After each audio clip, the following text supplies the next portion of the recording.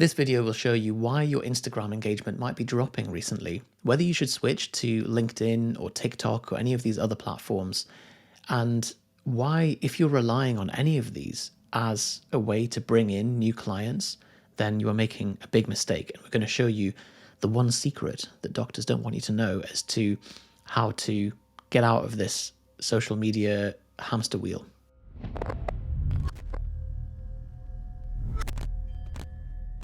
I should preface this with the fact that we are pretty rubbish at Instagram. We can't grow it. We're not here to give you tips on Instagram growth. Instead, we're just going to show you how to actually get clients consistently, which is probably more what you're interested in. The fact that you're relying on these platforms to get you new clients in the first place, that's where the problem is. There are six-figure Fit Pro business coaches that their entire business strategy is centered around just posting more on Instagram. And so what they'll say is, well, if it's not working, you're just not posting enough, or you're not being consistent, or you've got a mindset problem. That's my favorite one, because it just offloads any responsibility and says, oh, well, that sounds like a you problem rather than a me problem, so you just need to do it more. And it's convenient because for them, it's a totally unprovable claim, and it just puts the onus back on them.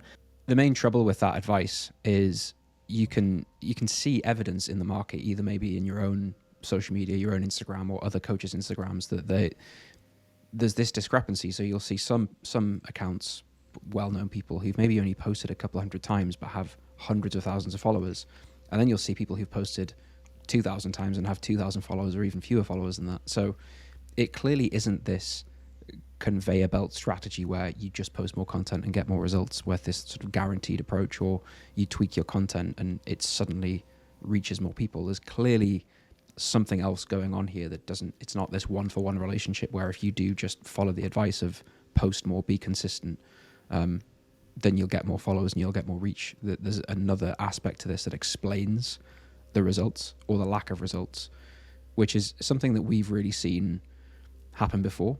So before Instagram was popular in the fitness industry, Facebook was popular, and having a Facebook page, a business page with as many likes on as possible, that had the same sort of appeal as a big Instagram following does now, or big followings in other accounts. So we went down that route. We were told that, schedule posts 5 times a day, schedule posts more often than that, finesse the content, what you're saying, videos are great, do Facebook Lives, like all that stuff was the advice we were given.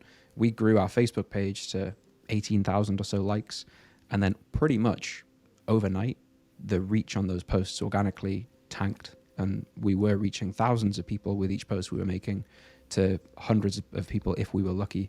And these platforms just follow a trajectory, and you can see this happen if you zoom out far enough. The history of social media, and certainly businesses promoting themselves on social media, that a platform will give a lot of free reach to businesses to gain popularity, to gain adoption, right? So obviously, for a lot of people to consume content on that platform, lots of people need to be posting on that platform. And so if businesses can promote themselves for free initially, then that helps, right? So everybody flocks to these new platforms as they get released. They get loads of followers, they get loads of engagement, they probably make some money. The platform gains popularity, and then these businesses realize, well, we can just charge now because we have huge brands on here. There's enough coaches that if we just make people pay to play, essentially, then enough people will pay because everyone's on here now. Everyone's got a brand on here. They have followers. They have traction already. And so this trajectory just happens all the time. It happened with Facebook. It's happened with Instagram. And more than likely, it'll happen with things like LinkedIn and Twitter and TikTok that are more recently the place to go. Like Twitter's now popular again. TikTok is slowly replacing Instagram. LinkedIn's got the same reach, or the same engagement, according to people like Gary Vee, that Facebook had back in like 2010. Yeah, the cycle keeps continuing. And if you look at it from Zuckerberg's perspective, or from the CEO of TikTok and all these other people, that of course, if there's an established platform, you need to be disruptive. You need to give people a chance at being an influencer. And so you need to give them random large amounts of free reach. Over time, once you've started to get that critical mass of user base, then you can start to introduce the pay to play, then you can tank people's reach. And as Johnny said, like, if you could see the numbers on our Facebook page, having built it up to 18, 20,000, we were pretty happy with it. You'd post things and it would average get 100 or 200 likes per post. And then pretty rapidly it went down to 1 or 2 likes. And it's not as if our content suddenly got rubbish. So something had happened, something changed on the algorithm. And the same with Instagram. You'll have seen a lot of influencers that are posting the same kind of stuff and their likes suddenly half, which or consequently their reach. So having all your eggs in that basket, and if that's the only way that you're relying on your lead flow, what would happen to your business if your lead flow suddenly halved and you had no other way of generating that business? Because a lot of these coaches, like, obviously we're not idiots. Like, we look at stuff, post stuff, and it doesn't get the same engagement. So we start experimenting, and coaches who are at the forefront of the industry will start teaching other people, like, hey, I did this bit of content and it got more engagement. Or people will flock to a specific type of content, like a reel instead of a regular post, or a live instead of a regular video, as a way to sort of maintain this engagement that is ultimately just decaying over time. And if you look at it as there are basically 3 people involved in the platform, there's you, or there's other businesses like you, there's users of the platform who are there to just be distracted while they're at work or waiting in a queue or whatever, and then there's the owners. And of those 3 people involved, you are the only person that actually wants your business to be promoted for free, right? People who are on Instagram to watch funny things, follow their favorite influencers, follow their friends and family, that's what they want to see. They don't want to see your new 8-week fat loss program that you've just spent 6 months making, right? That doesn't interest anybody apart from you. And the owners of the platform, they ultimately want you to be a serious enough business to just give them ad spend.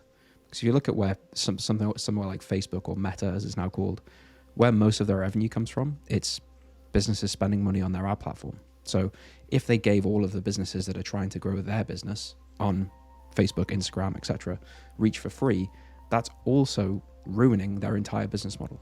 So it's also unlikely to change. And I think realizing this, it took us a long time. Like, we went through this road of building an entire Facebook page up and then realizing it was meaningless. But realizing this allowed us, I guess, or forced us to figure out a different way of doing it, which I think had we relied on, if we take us back to like 2010, when we were relying on Facebook organically, if we just continued relying on things organically, we'd have just had to jump from platform to platform multiple times by now and essentially start again each time. And each time you've got to sort of like learn a new language almost, don't you, to like the content that's popular on that platform to appeal to whoever's on there. Yeah. And in doing that, sometimes it opens up a window of opportunity. And if you're an early adopter, you can figure out the rules of the game, see what kind of thing that they're looking for, and do more of it. Obviously, as soon as that becomes a formula and then everyone's doing it, then it becomes ineffective again. So that's something to bear in mind. But the current thing, particularly with TikTok and vertical video, is personal trainers going, if you struggle to get enough protein, then you need, or like some kind of dancing thing, and it's all copycat style content, which is the point, and they all have the same 5 songs in the background that are the trending songs. So that's what the platform wants. That's what they're trying to push for whatever reason. We can get into kind of conspiracy theories if we want to, but the point is that each post doesn't get a fair shot. It's not the same as if somebody was, say, on your email list and reading the content that you chose that is important. So it's something to bear in mind, because based on our analytics and the basic structure of Instagram currently in 2022 is that Reels are for visibility.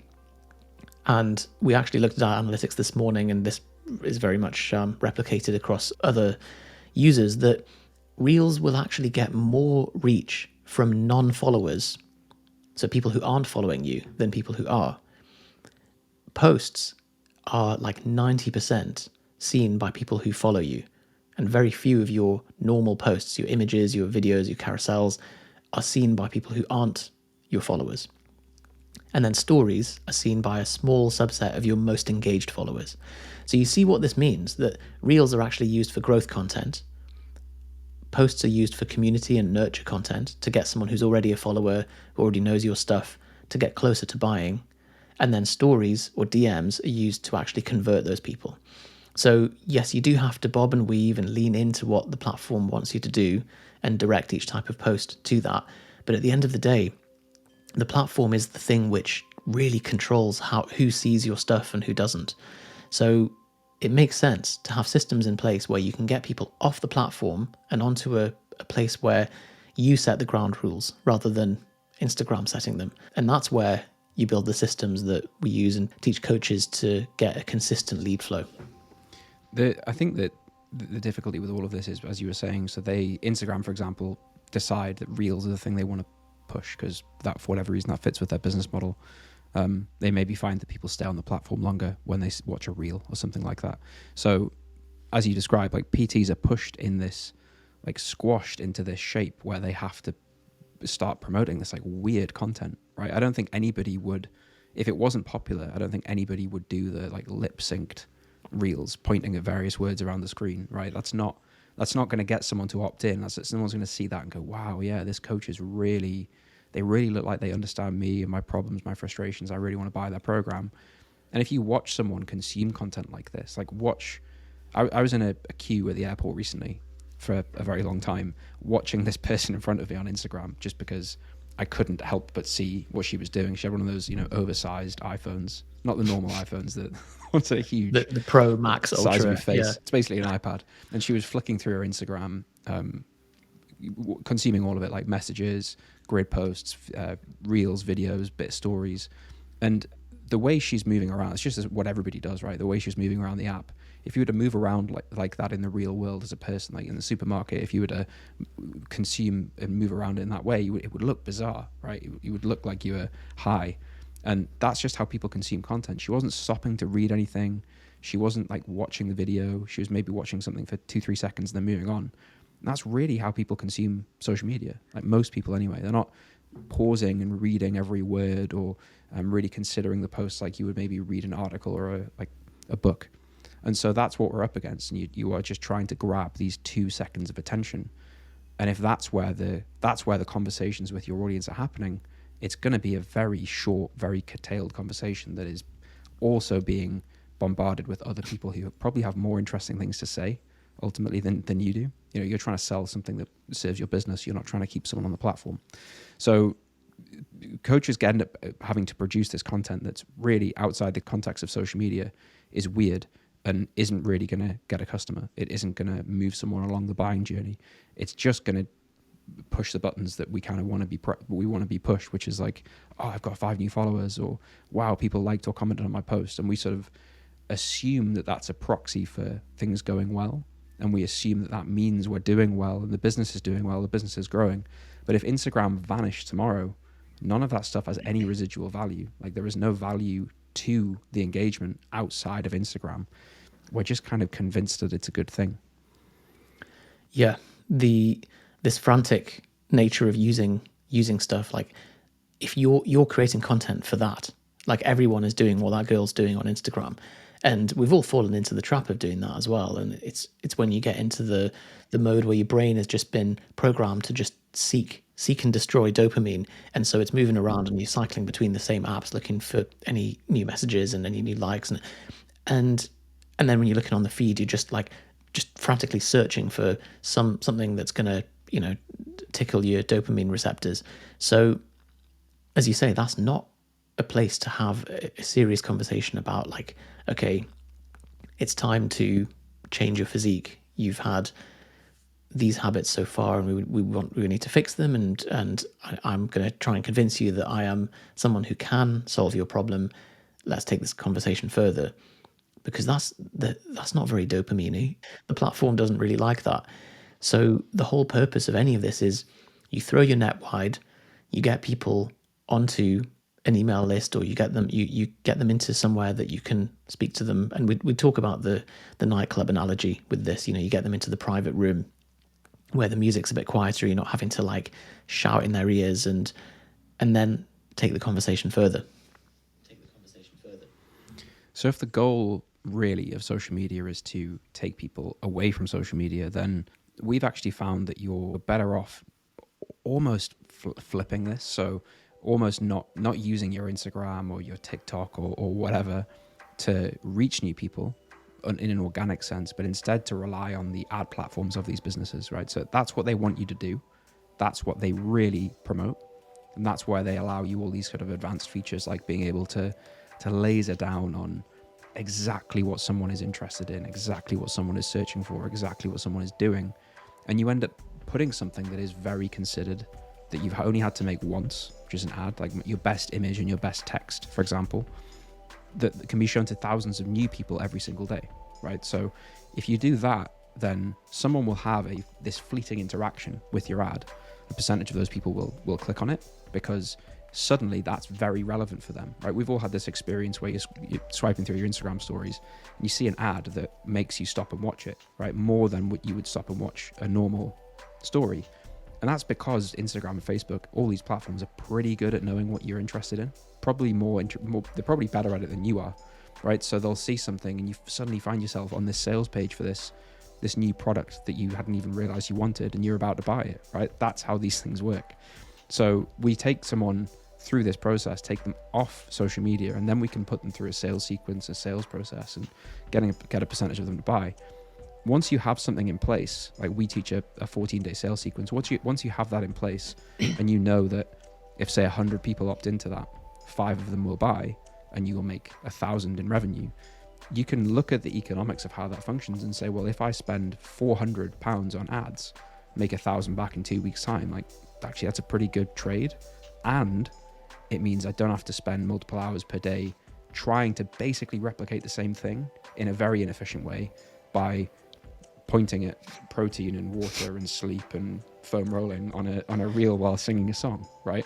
If you compare the two things, like it seems ridiculous, right? But that everybody for some reason chooses the one way. I should say as well, like this approach that you've described, this isn't a hack. It's never going away. This is how these platforms make their money. So it's in their interest to make sure that you get a return on your ad spend. So it's always going to be the better way if you can put in the time to learn how to do it. It's also just how businesses advertise before social media, right? Like they ran a radio ad or they put up a billboard or put an ad in a newspaper and they had to pay. So it's a model that's been fairly established for a long period of time, but because temporarily we were able to get free reach with these platforms, people see it as like if you run ads, it means you're terrible at content. It's like, well, no, not really. It just means you prefer a system that's like repeatable and reliable rather than fleeting and unstable. Yeah. So if you're listening to this, hopefully we've convinced you that it's not the same as like, oh, I wasn't getting any result training, so I'm going to take steroids. It's how the platform is designed, and people have this resistance to doing it. But at the end of the day, it's that your reaches and your engagement is always going to drop off on any platform, and you can play the game of hopping onto the new one and trying to exploit that honeymoon period of each new platform at each time and then having to rebuild your following on a new platform.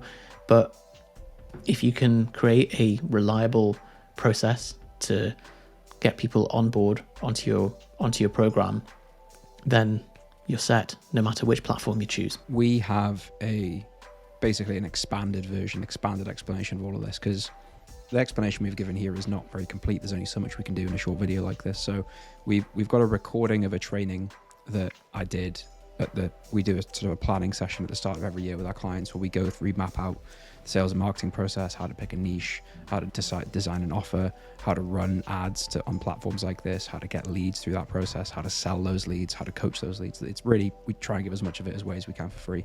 And there'll be a link to watch that video on YouTube somewhere around here, so you can go and watch that. And yeah, hopefully that will give you an alternative way of doing this, especially if you're sat there sort of frustrated at like you spend all this time posting to the same 1,000 people every day, maybe get a sale one day, then get no sales for 2 weeks. That sort of inconsistency, that's where we were for ages, and we were just forced to figure out a different way. So that, as much as we can give away for free, is explained in that video. So hopefully that helps.